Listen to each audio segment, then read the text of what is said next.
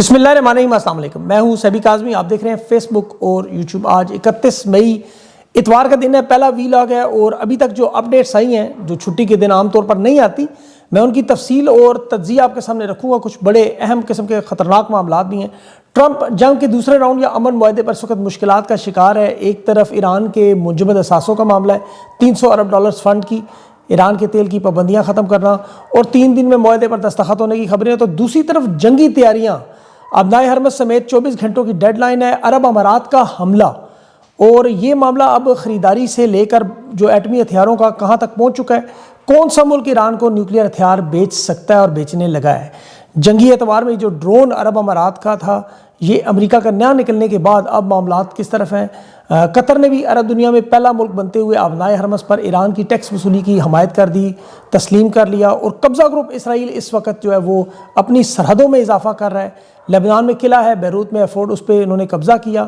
اور بڑی پراسرار خاموشی ہے، سوائے ایران کے مدد نہیں، لیکن ہر 22 منٹ کے بعد اسرائیل پر مسلسل راکٹوں کے حملے جاری ہیں۔ اسرائیل میں آئرن ڈوم، اور اس وقت وہاں جو آوازیں ہیں سائرن کی وہ گونج رہی ہیں۔ رات کو بڑے میزائل حملے بھی ہوئے، اور یوکرین کا بڑا اہم معاملہ ہے اس کے ساتھ، جو گلگت بلتستان کی کمپین، کیوں اتنا اہم الیکشن ہے تحریک انصاف کے امیدواروں کی، وہاں طوطی بول رہا ہے، پارٹی کا نشان چھیننے کے بعد بھی خان کے کھلاڑی اور اسٹیبلشمنٹ پر بھاری ہیں، لیکن یہاں اصل گیم کیا ہے، میں آپ کے سامنے وہ تفصیل رکھوں گا جو شاید آپ کو پتہ نہیں ہے کہ ہو کیا رہا ہے۔ محمود چکسئی کے بعد تحریک انصاف کی قیادت بھی اسمبلیوں سے استعفے دینے کا اشارہ کر رہی ہے، اور سہیل آفریدی کے خلاف وہ سازشوں کا نیا جال بھی ہے۔ کے پی میں کتنے باغی اراکین ہیں، کیا معاملہ ہوا، رات کے کچھ ملاقاتیں بھی تھیں، لیکن سب سے پہلے ابھی جو جنگی حالات ہے وہ آپ کو بتاتا چلوں، کیونکہ اس میں ابھی ایران نے ایک ڈرون گرایا، اور یہ ڈرون حملہ تھا اس دفعہ جو پاسداران انقلاب کی طرف سے MQ-1 پریڈیٹر کا۔ یہ امریکہ کی طرف سے ڈرون نہیں ہے، یہ پریڈیٹر 1 ڈرون جو ہے یہ امریکہ استعمال نہیں کرتا، ان کے پاس MQ-9 ہے، آپ کو پتہ ہے وہ جو $50 ملین والے۔ یہ سستا ڈرون تھا جو ترکی کے علاوہ صرف ایک ہی جگہ استعمال تھا، وہ عرب امارات۔ اب یہ عرب امارات کی طرف سے ڈرون حملہ ہونا ایران پر ایسے وقت میں، جب میں آپ کو یہ ویلاگ بتا رہا ہوں تو اس وقت ایران کی فضا میں جو بمبار طیارے ہیں وہ پرواز کر رہے ہیں۔ ایران نے رات کو اپنے میزائل سسٹم کو بھی ایکٹیو کیا، بلکہ نئے میزائل 27 رجب کے نام سے، جو 700 کلومیٹر کی رینج رکھنے والے تیز رفتار میزائل، وہ پبلک میں یہ اسی لیے نمائش کی کہ جنگی صلاحیتوں میں دھڑا دھڑ اضافہ ہو رہا ہے۔ اور ڈونلڈ ٹرمپ نے بھی اپنے بال روم میں، وائٹ ہاؤس میں افتتاح میں نئے ڈرون کی تصویر جاری کی، یعنی دعویٰ یہی ہے کہ دونوں طرف سے تیاریاں جو ہیں وہ عروج پر ہیں۔ ایران کی طرف سے جو نئی پیش قدمی عرب امارات کی طرف سے ڈرون پر ہوئی کہ یہ جو حملے کی دوسرا راؤنڈ ہے، پارٹ 2 ہے، یہ عرب امارات سے شروع ہوگا، اور اسرائیل اس میں مدد کرے گا، اور امریکہ اس میں ظاہر ہے وہی جو پہلے کر چکے ہیں، کیونکہ وال اسٹریٹ جرنل نے پچھلی جنگ کی جو ساری تفصیلات بتائیں کہ ابتدائی جنگ کے سارا مرحلہ امریکہ، اسرائیل اور عرب امارات نے فضائی مہمیں کی، عرب امارات اس میں شامل تھا۔ تو دوسرا حملہ بھی راؤنڈ 2 یہیں سے ہونا ہے، ڈرون حملہ، اسی لیے ایران بڑی سنجیدگی سے لے رہا ہے، اور وہ کہہ رہے ہیں ہم اس کی تفتیش کر رہے ہیں، اور جو ہی ہمیں یقین ہوا عرب امارات سے تھا، اس کے بعد پھر ہمارا جواب وہاں ہوگا، وہ اب دیکھنا ہے کیا ہوگا۔ ٹرمپ کی طرف سے معاہدے اور ڈیل کے حوالے سے جو ظاہر ہے آپ کو پتہ ہے ایران تسلیم نہیں کر سکتا کہ وہاں ظاہر ہے نیتن یاہو پیچھے نہیں ہٹ سکتا۔ $120 ارب ایک انتہائی اہم معاملہ بنا ہوا ہے، اس کی وجہ کیا ہے وہ بتاتا ہوں آپ کو۔ ابنائے حرمت بہت بڑا معاملہ ہے، افسودہ یورینیم پہ بھی نئی معلومات اور نئی تفصیلات ہیں۔ فی الحال اسرائیلی لابی اس وقت امریکہ کے اندر جو موجود ہے وہ، اور ان کے اور جنگ روکنے کے جو حامی ہیں ان کے درمیان اختلافات ہیں۔ اس میں آپ دیکھیں ٹرمپ نے کل بحری ناکہ بندی ختم کرنے کا اعلان کیا، لیکن چند گھنٹوں کے بعد اس کا اپنا وزیر دفاع کہہ رہا ہے کہ ناکہ بندی برقرار رہے گی، یعنی دونوں طرف اختلافات تھے۔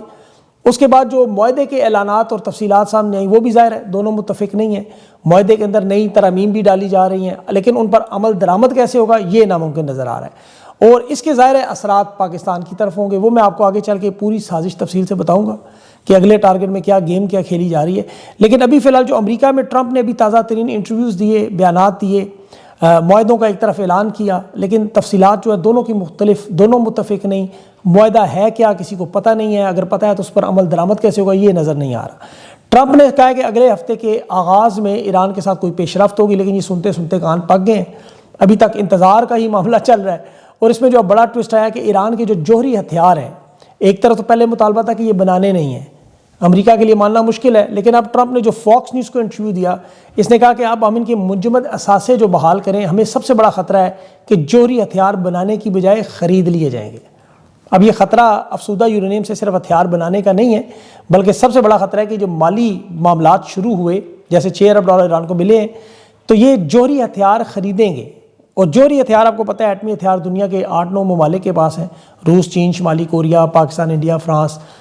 برطانیہ، امریکہ اور اسرائیل۔ اب 4 ملک تو کسی صورت میں نہیں ایران کو بیچیں گے، وہ سب کو پتہ ہے، وہ کسی صورت میں مدد نہیں کر سکتے، نہ وہ بیچ سکتے ہیں، جوہری مواد ہو، حساس پرزے ہوں، میزائل ٹیکنالوجی ہو یا کوئی خفیہ نیٹ ورک ہو عسکری ٹیکنالوجی کا۔ لیکن شمالی کوریا، چین اور روس 3 ایسے ممالک موجود ہیں جن کا ایران کے ساتھ کوئی ڈھکا چھپا اتحاد نہیں ہے، ہتھیاروں کی مدد سب کے سامنے آ چکی ہے، امریکہ کا اعتراف ہے، تصدیق ہے۔ تو حالات اب ایسے بن چکے ہیں کہ ایران ایٹمی اپنے جوہری ہتھیار نہ بھی بنائے تو اب انہیں یہ پتہ ہے کہ ان کے تحفظ کے لیے کتنے ضروری ہے وہ خرید سکتے ہیں، اور ٹرمپ کو اب اس لیے نئی ترامیم اس معاہدے میں شامل کرنی پڑی جن کا ایران نے صاف صاف انکار کر دیا۔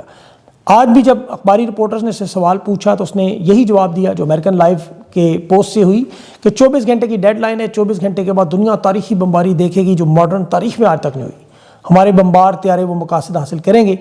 اور ٹرمپ نے کہا میرا صبر کا پیمانہ لبریز ہو رہا ہے۔ اچھا، یہ جو تازہ ترین اس نے ایران کو مسودہ بھیجا افزودہ یورینیم امریکہ کے حوالے کرنے والا، اور اس میں جو نئی مزید شرائط طے کر دی،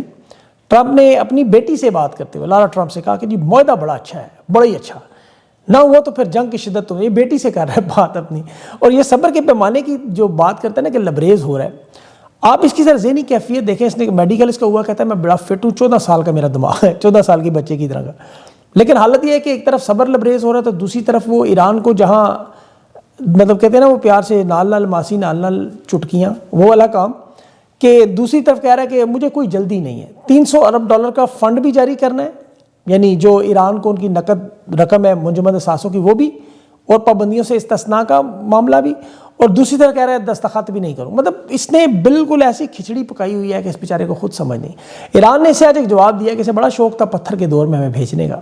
اسے پتہ ہونا چاہیے پتھر کے دور میں غاروں میں رہنا پڑتا ہے، اور جو غاروں میں رہتے ہیں وہ پھر ای میل، انٹرنیٹ، واٹس ایپ یا ٹویٹر پہ ٹویٹس وغیرہ یہ نہیں کرتے، وہ اپنا جواب بڑے آرام سے بھیجتے ہیں، ہمیں کوئی جلدی نہیں ہے۔ اور سوشل میڈیا تو وہ آپ کو پتہ ہے ویسے نہیں استعمال کرتے، حالانکہ ایران نے جو موجودہ حالات میں سب سے بڑا جو بیانیہ سوشل میڈیا میں جیتے اور وہ کتنی جلدی اور مؤثر تھا وہ دنیا نے دیکھا ہے۔ امریکہ میں پہلی دفعہ دوسری یہ ہو رہا ہے کہ وہاں نائب صدر کو اس کا چیف آف سٹاف کہہ رہا ہے کہ مہربانی کر کے سوشل میڈیا استعمال کرنا چھوڑیں، موبائل سائڈ پہ رکھیں، کہ میٹنگ کے دوران بھی یہ سوشل میڈیا پہ اپنے ناقدین سے لڑتا رہتا ہے نائب صدر۔ اچھا، اب ایران کی جو امریکہ کا راؤنڈ 2 پارٹ 2 جس کی ہم بات کرتے ہیں، جس پہ تمام جنگی ماہرین، اس میں اسرائیل اور امریکہ کے بھی شامل ہیں ایکسپرٹس، ان کی متفقہ رائے ہے کہ یہ جنگ کا دوسرا راؤنڈ جو ہے وہ یا معاہدے کا، مذاکرات کا، یہ ٹرمپ کے ہاتھ میں فیصلہ نہیں ہے، اصل کردار جو ہے ظاہر ہے وہ نیتن یاہو ہے، اور وہاں ان کی اتنی مضبوط لابی ہے کہ ٹرمپ کے گھر کے اندر، یعنی اس کا جو داماد ہے جیرڈ کشنر اور اس کا قریبی جگری دوست اسٹیو وٹکوف، یہ دونوں اسرائیل کے اثاثے ہیں۔ جنگ یا مذاکرات کا اصل فیصلہ ان لوگوں کے ہاتھ میں ہے، اور جب تک یہ فیصلہ نہیں کریں کہ معاہدہ ہونا ہے جنگ ہونا ہے، اور کچھ بھی نہیں ہوگا۔ پچھلے معاہدے میں بھی جو عمان میں طے پایا گیا تھا یا جنیوا میں تھا، اسرائیل نے اس کے عین حملہ کیا معاہدے کے مطلب پورا ہونے کے، کیونکہ انہوں نے کہا کہ 10 ایٹم بم ایران ابھی بنانے کی صلاحیت رکھتا ہے۔ وہاں پر CIA، ڈیپ اسٹیٹ ایکٹر ایجنسیوں کا جو غلبہ ہے وہ بھی انہی لوگوں کا ہے۔ تو اگر یہ سیکنڈ راؤنڈ اسرائیل نے شروع کروایا عرب امارات کے ذریعے، تو ظاہر ہے اس میں انہیں جو سب سے بڑا خطرہ ہے، ابھی تک وہ اسی لیے نہیں کیا کہ انہیں یہ لگتا ہے جو ہمارے پاس ہے وہ بھی نہ چلا جائے، بجائے کچھ لینے کے۔ عرب ممالک پاکستان سے اسرائیل کو تسلیم کروانے کا معاملہ تھا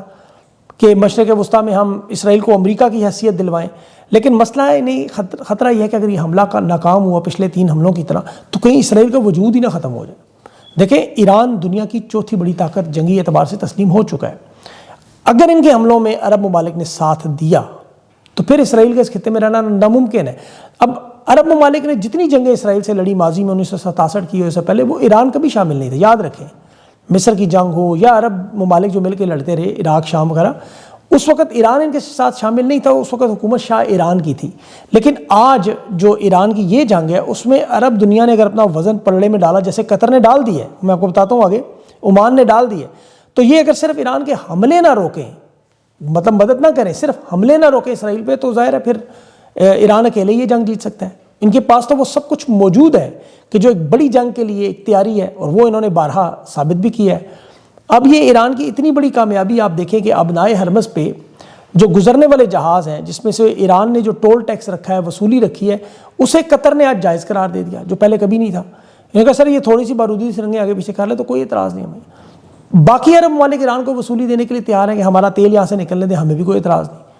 انہیں پتہ ہے ایران اپنا تحفظ کر رہا ہے، بلکہ عمان کا بھی تحفظ کر رہا ہے، اور قطر کا بھی انہوں نے کہا ہم تحفظ کریں گے۔ امریکہ نے جو عمان کو دھمکی دی، وہاں پر بحری نقل و حرکت شروع ہوئی، تو ایران نے کہا کہ عمان کا تحفظ بھی پھر ہمارا ہی کام ہوگا، یعنی پوری عرب دنیا کی جو تحفظ ہے وہ ایران کے پاس چلا جانا ہے۔ اب یہاں امریکی فوج نے آج بھی خلیج عمان میں گیمبیا کے ایک جہاز کو روکا، یہ ایرانی بندرگاہ کی طرف جا رہا تھا، اور ایسے 6 جہاز مزید روکے، اور اس پر بھی عمان نے بڑا سخت برا منایا۔ اب یہاں دیکھیں اسرائیل کی جو اس وقت لبنان کا معاملہ چل رہا ہے، جو اس معاہدے کے ساتھ جڑا ہوا ہے، بلا شبہ اسرائیل کی فوجیں وہاں فوجی اعتبار سے بمباری بھی کر رہے ہیں، بلکہ قبضہ بھی کر رہے ہیں تاکہ اسرائیل تسلیم ہو تو بڑا علاقہ ہو۔ بیروت میں بڑا اہم قلعہ انہوں نے آج جو فوجی اعتبار سے 1982 سے فلسطین، مطلب وہ ان کے اسرائیلی کنٹرول میں نہیں تھا، انہوں نے آج لے لیا ہے۔ لیکن جس طرح فلسطین میں مزاحمت ختم نہیں ہو سکی اتنی طاقت کے بعد، تو لبنان تو ان سے بہت بہتر ہے، طاقتور ہے۔ اس کا ثبوت ہے کہ ہر 22 منٹ کے بعد ان کی جو تنظیمیں ہیں وہاں پر وہ اسرائیل پر مسلسل راکٹ فائر کر رہے ہیں۔ تو یہ معاملہ اب آگے بڑھتا جائے گا، اس پہ اپڈیٹس انشاءاللہ آپ کو دوں گا۔ اب جو پاکستان کے حالات ہیں وہ آپ کی طرف آنے ہیں، اور اس میں بڑے اہم ٹوسٹس آ رہے ہیں۔ یہ جو گلگت بلتستان کا الیکشن ہے، یہی اتنا بڑا خطرناک معاملہ بننے جا رہا ہے کہ دیکھیں 7 جون کو یہاں الیکشن ہے، 396 امیدوار ہیں، 24 حلقے ہیں، 33 نشستیں ہیں۔ یہ الیکشن پاکستان کی سیاسی، جغرافیائی اور اسٹریٹجک پر کتنے اہم ہیں، میں آپ کو اس کی تھوڑی سی تفصیل بتاتا ہوں۔ پہلے تھوڑا جغرافیہ اس کو سمجھیں، یہ ہے کہاں؟ یہ چین کی سرحد ہے، آپ کو پتہ ہے صوبہ سنکیانگ اس کے ساتھ جڑی ہوئی ہے، سی پیک کا اس کو آپ دروازہ کہہ لیں، یعنی جو بھی معاملہ ہوگا چین کے ساتھ یہیں سے ہوگا۔ اثر و رسوخ اس لیے انتہائی اہم ہے۔ پھر افغانستان کا واخان بارڈر کے قریب ہے، اور معدنیات کا معاملہ بھی اور پانی کا معاملہ بھی ہے، یاد رکھیں، وہ بھی میں آپ کو چل کے آگے بتاتا ہوں۔ انفراسٹرکچر ہے، اب فیلڈ مارشل اور وفاق اور ان کی طاقت کے اثر و رسوخ کا یہ امتحان ہے یہ الیکشن، کہ جہاں عمران خان بے گناہ اس وقت قید ہے تحریک انصاف کے اندر، آپ کو پتہ پارٹی کے حالات، لیکن پاکستانی عوام کے ساتھ تک جڑی ہوئی ہے، اس پہ تمام ماہرین یونانیمسلی پورے پاکستان میں متفق ہیں کہ بلتستان کی گلگتی عوام بھی پاکستان کی عوام کی طرح تحریک انصاف کے ساتھ یہ کلین سویپ کرنے کی پوزیشن میں ہے۔ اب یہ معاملہ کیوں اہم ہو چکا ہے، اس میں تھوڑا سا تاریخی پہلو دیکھیں۔ 1971 میں جب انتخابات ہوئے تھے اسی طرح کے مشرقی پاکستان میں، تو وہاں عوامی لیگ جیتی تھی، ان کا مینڈیٹ ایسے ہی چھینا گیا، آپریشن کیا گیا، ظلم و ستم ہوا، جنرل ضیاء خان نے لاکھوں لوگ قتل کر دیے۔ اس کے نتیجے میں بھارت نے ان کی مدد کی، ذہن میں رکھے 93,000 فوجیوں کے سرنڈر میں مشرقی پاکستان جو بنا وہ بھارت نے مدد کی۔ اب یہاں پر یہ معاملہ کیوں اہم ہے کہ اس وقت بھارت کی نظریں اس وقت بیٹھی اس الیکشن پر لگی ہوئی ہیں، یہ انتہائی حساس علاقہ ہے، اقوام متحدہ میں بات تک چلتی رہی۔ 8 فروری کو جب ہم نے پاکستان کے الیکشن میں جو فوجی ڈبے چوری کرتے دیکھتے یا مریم نواز کے پوسٹر لگاتے، یا بعد میں فیلڈ مارشل کی ناجائز چھینی نشستوں کے بعد تصویریں، ملاقاتیں، فنکشن میرے، وہ واضح طور پر نظر آ رہا ہے جو آج نون لیگ پیپلز پارٹی کو پروٹوکول وہاں پر فوجی افسران دے رہے ہیں، اور تحریک انصاف دوسری طرف وہی معاملات، مقبول ترین جماعت کلین سویپ کی پوزیشن میں، ان کے رہنماؤں کو الیکشن میں شرکت نہیں کرنے دی جا رہی، ان کی کیمپین روکی جا رہی ہے، صوبہ بدر کیا جا رہا ہے، گرفتار کیا جا رہا ہے، اور اس سلوک کی بازگشت اب پوری دنیا میں کہ یہاں محمود اچکزئی نے تو پہلے اسمبلی سے استعفوں کی بات کی، آج اسد کیسر نے بھی کہہ دیا کہ اسمبلیوں سے ہم استعفے دے دیں گے۔ پھر اب جاوید ہاشمی کا بیان دیکھیں کہ انہوں نے اس حالات میں کیا بیان دیا، بڑے مشہور رہنما ہیں، انہوں نے کہا فیلڈ مارشل جو ہیں عاصم منیر یہ دنیا کے سٹیج پر ڈونلڈ ٹرمپ کی طرف فاشسٹ ہیں، یہ دونوں ایک دوسرے کی تعریفیں کرتے ہیں، لیکن انجام ان کا بھی میسولینی یا رومانیہ کے ڈکٹیٹر یا ہٹلر کی طرح کا ہونا ہے، کیونکہ یہ وہ کام کر رہے ہیں جس میں عوام اپنی ہی فوج کے خلاف ہے۔ اور یہ بڑا خطرناک بیان تھا، اور اس میں آپ دیکھیں کہ جو واضح ثبوت نظر آ رہے ہیں کہ ایران کے مذاکرات میں تو ان کی دوڑیں آپ نے دیکھی، ہاں نہ میں ہمارے فیصلے ہو رہے ہیں۔ پانی کا جو میں نے پہلے بات کی، ہندوستان کا پانی آج تک پاکستان سے نہیں کھلوایا جا سکا، حالانکہ ہمارے نیوکلیر ڈیٹرنس میں لکھا ہوا ہے کہ بقا کا مسئلہ ہو تو ہم ایٹم تک استعمال کرنے پہ تیار ہیں، لیکن یہ پانی کا مسئلہ دیکھیں، اور ہندوستان کی میں نے اسی لیے بات کی تھی کہ وہ دریائے چناب پر جو پانی کی سرنگیں بنا رہے ہیں، پانی روک رہے ہیں، ڈیم بنا رہے ہیں، یہاں ان کی جرت نہیں ہے کہ ان سے پانی کھلوا سکیں۔ اور ہندوستان کا اس میں ذکر ضروری اس لیے تھا کہ یہاں پاکستان میں تو عوام کی مخالفت میں یہ جائیدادیں تک چھیننے پر تیار ہے، لیکن ہندوستان کے روکے پانی میں پیاسے پاکستانی مر جائیں، بھوکے مر جائیں، انہیں اس کی پرواہ نہیں ہے۔ اور یہ معاملہ چونکہ گلگت بلتستان میں پانی کا بھی ہے بہت بڑا۔ اب یہاں آپ کو جو اہم چیز جو آپ نے شاید سنی نہیں ہوگی، چین کے ساتھ معاملہ کیسے جڑا ہوا ہے، جو سی پیک کے دروازے کی میں نے بات کی، اور افغانستان کے ساتھ بھی یہاں جو واردات ہو رہی ہے، جس کا اب کھل کے امریکی ایجنسیاں ڈیپ سٹیٹ ایکٹرز تک بات کریں کہ جہاں ایک طرف یوکرین کو آپ کو پتہ ہے روس کی جنگ چل رہی ہے، وہ آپ جانتے ہیں، لیکن آپ یہ 2 خبریں اپنے ذہن میں رکھیں جو آپ کو اندازہ ہوگا کہ ایک تو جو ابھی روس افغانستان کا دفاعی معاہدہ ہوا، ان کے جو وزیر دفاع اس نے بیان دیا بڑا اہم، دوسرا یوکرین کی جنگ کو ذہن میں رکھیں، اور افغانستان کی اہمیت روس کے لیے ذہن میں رکھیں۔ یہ ساری چیزیں اپنے ذہن میں ڈاٹس کی طرح رکھیں تاکہ آپ کو یہ سمجھ آئے۔ پھر یہ خبر دیکھیں کہ اسماعیلی رہنمائن کے رہنما سر آغا خان ابھی پاکستان تشریف لائے، اسٹیٹ وزٹ ملا، فیلڈ مارشل شہباز شریف، سہیل آفریدی بھی ملے۔ اچھا، اب یہ سارے تانے بانے جڑ کہاں رہے ہیں؟ خیبر پختونخوا ہم ایک صحافی افضل خان نے بڑی اچھی رپورٹ جاری کی، میں نے اس کے اوپر تحقیق کی۔ روس کے جو خفیہ ادارے ہیں انہوں نے یہ پوری رپورٹ بھی شائع کرنی ہے ابھی، کہ اس میں افغانستان اور چین کی خفیہ اداروں کو انہوں نے تفصیلات بتا دی کہ یہ واردات پاکستان میں گلگت بلتستان سے کہاں شروع ہو رہی ہے۔ اس میں پاکستان، چین، وسطی ایشیائی ریاستیں ہیں، روس ہے، افغانستان ہے، انہیں ملا کر ایک الگ ریاست، اور مقصد اس کا چین کو روکنا، اور گلگت بلتستان دروازہ ہے چین کا، یہ آپ ذہن میں رکھیں۔ تو جو بلوچستان میں آپ دیکھ رہے ہیں کام ہوتا ہوا، حساس علاقہ، کالعدم تنظیمیں، علیحدگی پسند تنظیمیں، حکومت کی رٹ ختم ہونا، یا خیبر پختونخوا میں آپ دیکھیں کالعدم تنظیمیں ہیں، یہ ٹی ٹی وغیرہ، خراسان وغیرہ بہت ساری ہیں وہاں پہ۔ اسی طرح افغانستان میں بھی آپ دیکھیں وہاں دنیا کی انٹرنیشنل بڑی تنظیمیں خطرناک کالعدم، جنہیں افغانستان حکومت کہتی ہے پاکستان سے مدد ملتی ہے، اور اس میں انٹرنیشنل آرگنائزیشنز ہیں بڑی بڑی ہے۔ اب یہ سارے کن علاقوں میں موجود ہیں؟ جن علاقوں میں یہ موجود ہیں وہاں انہیں حکومتی سرپرستی بھی ہے،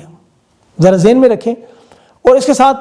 چین کا علاقہ سنکیانگ دیکھیں، وہاں ترکستان اسلامک پارٹی کا معاملہ ہے، ETM کہا جاتا ہے، مشرقی ترکستان۔ یہ ایک ریاست بنانی وسطی ایشیائی ریاستوں میں، جس میں تاجکستان اور باقی حساس علاقوں کو جوڑنا، کیونکہ روس کے اندر بھی اس طرح کی بغاوت کی بہت ساری آپ کو پتہ ہے تنظیمیں اس وقت لگی ہوئی ہیں۔ مقصد کیا ہے کہ ان سب کو اکٹھا کیا جائے، اور جس طرح صومالیہ میں سومالی لینڈ جیسا ایک ملک آپ نے بھی بنتے دیکھا جس کی اسرائیل نے حمایت کی اور بنا لیا، سوڈان میں آپ نے جنوبی سوڈان دیکھا، یمن میں RSF کی مدد سے